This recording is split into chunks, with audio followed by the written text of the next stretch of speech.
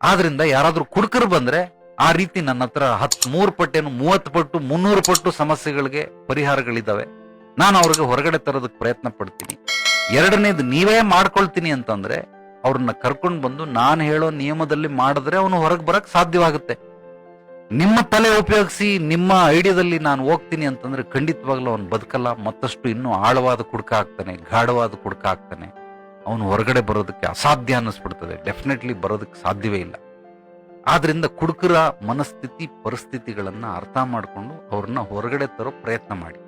ಆ ಹೊರಗಡೆ ತರೋದಕ್ಕೆ ಬರಲ್ಲ, ನಾನು ಗಂಡನಿಗೆ ಖಂಡಿತವಾಗ್ಲೂ ನೀವು ಹೇಳ್ದಂಗೆ ಕೇಳಿ ನಾನು ಅವನ ಒಂದು ಕುಡಿತವನ್ನ ಬಿಡಿಸ್ತೀನಿ ಅಂತಂದ್ರೆ ಬನ್ನಿ. ಖಂಡಿತವಾಗ್ಲೂ ಒಂದ್ಸಲ ಬಂದ್ಬಿಟ್ರೆ ನಿಮ್ ಸಮಸ್ಯೆ ಓಂ ಚೂಮ್ ಬ್ರೀಮ್ ಹಿಂಗೆಲ್ಲ ಆಗಲ್ಲಪ್ಪ.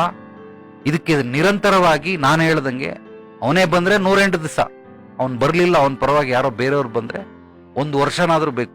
ಒಂದು 6 ತಿಂಗಳಿಂದ 1 ವರ್ಷ ನಿರಂತರವಾಗಿ ಬರ್ತಾ ಇದ್ರೆ ಕೆಲವೊಂದು ಆಯುರ್ವೇದಿಕ್ ನನ್ನ ಹತ್ರ ಕೂಡ ಔಷಧಿಗಳಿದಾವೆ, ಅದನ್ನೆಲ್ಲ ನಿಮಗೆ ಕೊಡ್ತೀನಿ.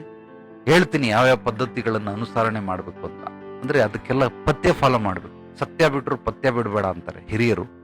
ಅದೇ ರೀತಿ ಹೇಳಿದ್ದನ್ನ ಚಾಚೂ ತಪ್ಪದೆ ಮಾಡಿದ್ರೆ ಖಂಡಿತವಾಗ್ಲೂ ಆ ಕುಡಿತದಿಂದ ಹೊರಗಡೆ ಬರೋದಕ್ಕೆ ಸಾಧ್ಯವಾಗುತ್ತೆ. ಹೇಳಿದ್ದನ್ನ ಮಾಡ್ತೀನಿ ಅಂದ್ರೆ ಮಾತ್ರ ಬನ್ನಿ, ಇಲ್ಲಾಂದ್ರೆ ಸುಮ್ನೆ ಬಂದ್ಬಿಟ್ಟು ಏನೋ ಕೊಟ್ಬಿಡ್ತಾರೆ, ಹಾಕ್ಬಿಡ್ತೀರಿ, ಸೊರೋಗ್ಬಿಡ್ತದೆ. ಆ ತರದೆಲ್ಲ ಕುಂತ್ಕೊಂಬೇಡಿ. ಇಲ್ಲಿ ನನ್ನ ಕೆಲಸ ಒಂದು ರೀತಿಲಿ ನಿಮಗೆ ಗೊತ್ತಿಲ್ದಿರೋ ಜ್ಞಾನ 70% ಕೊಡ್ತೀನಿ. ನಿಮಗೆ ಎಷ್ಟು ಗೊತ್ತಿದೆ 30%, ನಾನು 70% ಕೊಡ್ತೀನಿ. ಆದ್ರೆ ನನ್ನ ಕೆಲಸ ಎಷ್ಟು ಅಂದ್ರೆ ಬರೀ 30%, ಇನ್ ಮಿಕ್ಕಿದ 70% ನೀವು ಮಾಡ್ಬೇಕು.